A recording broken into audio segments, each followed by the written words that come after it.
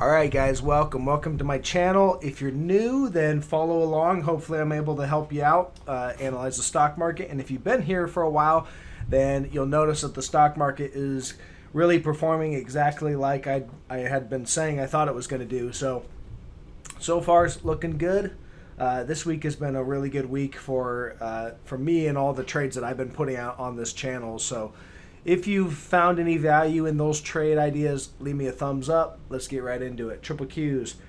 All right, so heading down to really what I want to point out for you guys. Well, the 1 week. Here's your bull market price channel. All right, see it right there. This channel that we've been walking up. All right, we're heading right down to the top end of that channel. They'll probably step in a little bit early, I would suspect, but we're basically going to head right down there. I think that since we're down there, all right, that's where the buyers are probably going to step in, but let's watch for what kind of bounce we get off of that. If it's a muted bounce, and maybe we bounce just a little bit, then we're probably going to break.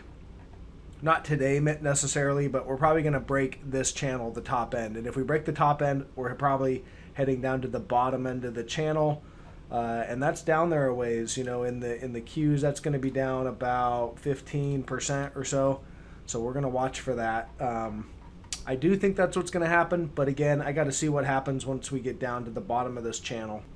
SPY heading. If I zoom in here on SPY, we're heading down to the bottom end of this big trading range right here at 321.44. What's bearish about that, and I do expect we get a bounce here. We'll probably get a reaction and bounce around. But what I see as being pretty bearish about all this price action that we've seen really going back to September is the fact that we made this big trading range. You can see that we just chopped sideways for a while. We broke out to the upside, made it look like we were going to make a run at the all-time highs, but that was a false breakout, and now we're pretty impulsively plunging right back down to the bottom of the trading range.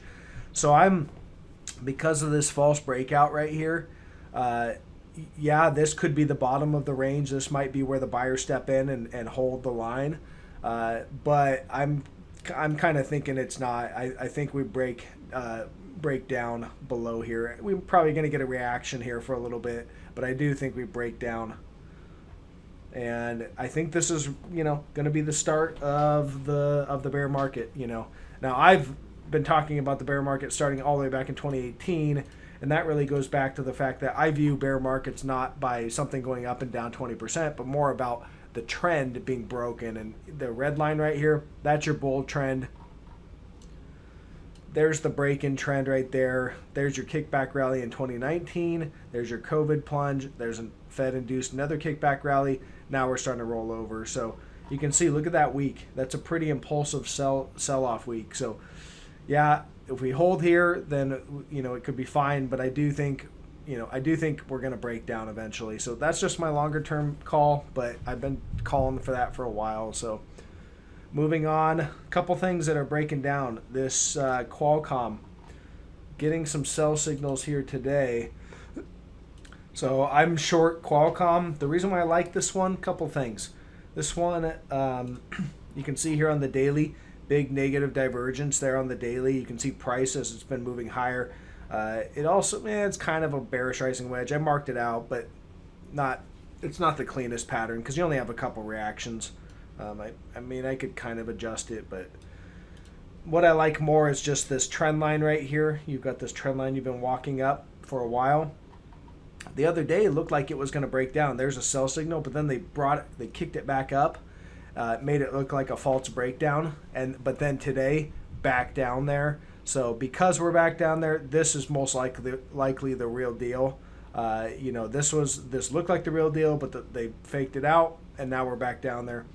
So to me, I got short right here. Looks like the real deal. So I'm looking for more impulsive selling, obviously, not just this. I want to see this selling kind of continue throughout the day. But it does look like the real deal because we're back down below this trend line. On the hourly, we really, it comes down to I think the weekly also had negative divergence. No, it's not there on the weekly. It's just there on the daily. So daily negative divergence right there. Nice clean divergence. We've got a support level right here down. You can see couple reactions where we held support. I could move this slightly, but here's another reaction there, slice through it a little bit there and there, but I'm going to leave it right there. It's about 109.80 is a good clean support level. But I like the level down below it, which you got this big gap. If I go to the daily here, see that big gap right there? So I like that gap fill, 93.78. So again, you'd want to step in early, but I think you get a reaction at this first level, bounce around, and then eventually I think we fill that gap. And the market's continuing to sell off. What I do when the market sells off is I go through all the short ideas or the trade ideas that I actually have and all the positions that I have on, and I start to put in orders where I'm going to cover.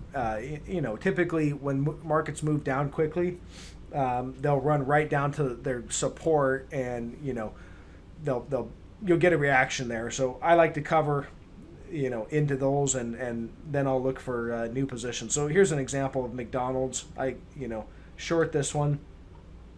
So we've got a reaction along each one of these.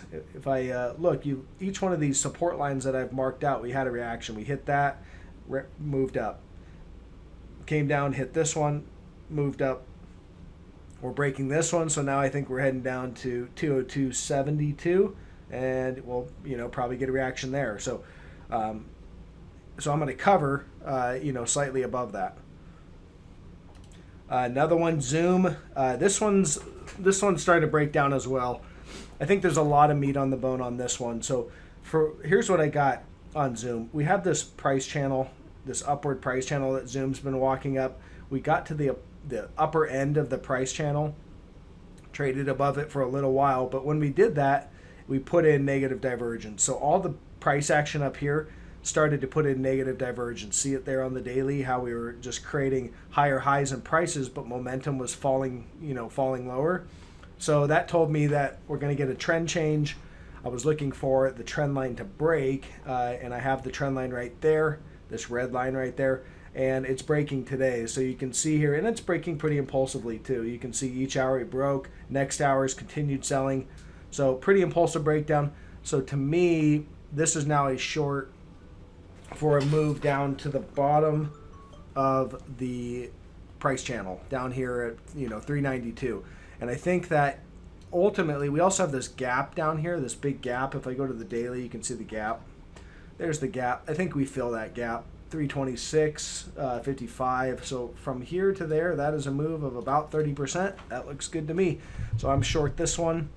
Another one that looks good. Oh, Carvana. This one's just playing out as expected. It's about to gap fill here. So what they did with Carvana today, they didn't really scare me, but they ramped it up. It was up like 10%. And I don't even know if earnings came out or what, but I was watching it. I wasn't too worried because I just figured they can move it higher and chop it around, but I think that because we're below trend, even though they move it higher, eventually it's going to roll over and come down and fill this gap. So whether it goes a little higher before it fills the gap, we don't know. But this one, so they ramped it up, but you could see within that 1 hour that they popped it up, the hour still closed back below resistance right there at 201.44. So I added to that position when I saw that, because when you see something pop over but then close back below, that's just a fake out move. Typically that will be followed. People will realize that move was a fake out move.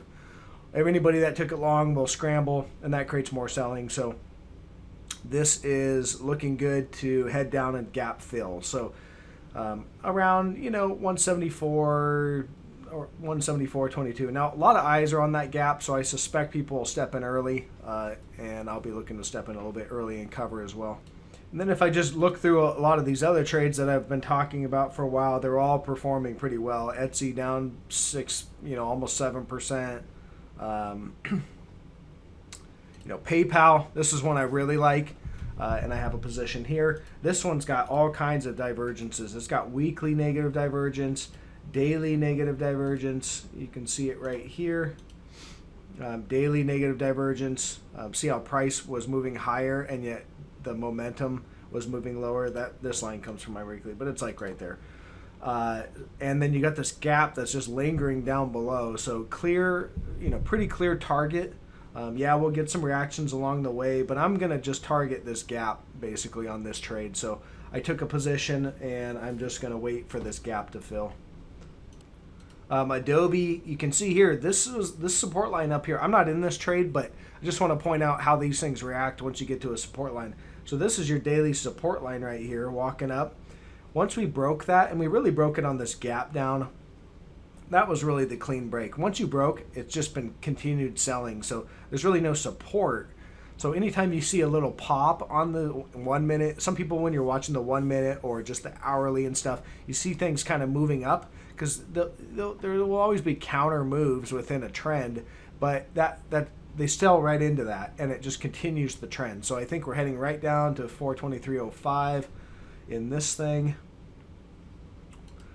Tesla's breaking down support today. You can see Tesla had some support right here. We were just holding this shelf right here at 406.80 for a while, big trading range, and impulsively breaking down today. So that sets us up. We're about halfway through the range right now, but I think we're going down to the bottom of the range, about 363.44, and then we'll see what happens around there. We'll run through the things here real quick. Apple. All right, Apple's kind of at support, but it's holding below. It's just having a little kickback rally. So I think we're going to continue lower on Apple down to next level of support, 106.20. Microsoft. So Microsoft has this big potential topping pattern, this head and shoulders. Here it is marked out. The neckline, we're approaching the bottom of the neckline. So we should get a reaction and kind of hold some support right around this 200, 199 area. At least for a little while, I would expect we're going to hold here. You don't usually break a big pattern like that. Just you don't plunge right through. Normally, you're probably going to just chop around a little bit. Then you'll get some impulsive breakdown. Amazon looks very similar with kind of a head and shoulders thing going on. Right shoulder, head, left shoulder. It's not as symmetrical, but the left shoulder or this right shoulder didn't quite get up to the head, so it's still a shoulder. The neckline I got is way down here at this 2934, so we still have a little ways to go. And we're near support right now, so that might be it for today. I'm trying to think if there's anything else I want to point out. Volatility's popping again, so we'll see, but I do think volatility is probably heading up to, we hit the first level in this UVXY at this 2349. So the next level I think is probably up here at 29. So maybe we get a little bit more reactions. We could even come down and hit the bottom end of this range and then pop up. Just kind of watching that. I'm trying to think if there's anything else. XOM. Let's see what's going on with XOM. So this is my one long right now. Obviously longs aren't working when the market sells off, but still constructive chart. So you can see here on the daily, bullish divergence right there on the daily chart. Let me see, make sure I can draw this out. You can see here, this line right here is creating the bullish divergence. So price continues to make lower lows, and yet the momentum's starting to move up. So, even though the market's selling off, this is a bullish setup. Although it's not necessarily a bullish trigger quite yet. I mean, we did have this downward price channel. We broke it right here, and that's a pretty impulsive breakout. So to me, that looks like when it actually broke out, and then we're getting back test action down here. So, I'm looking at adding to this position as we come down and do back test. But with the market selling off like it is, we do need to watch for the market to start to stabilize and hold.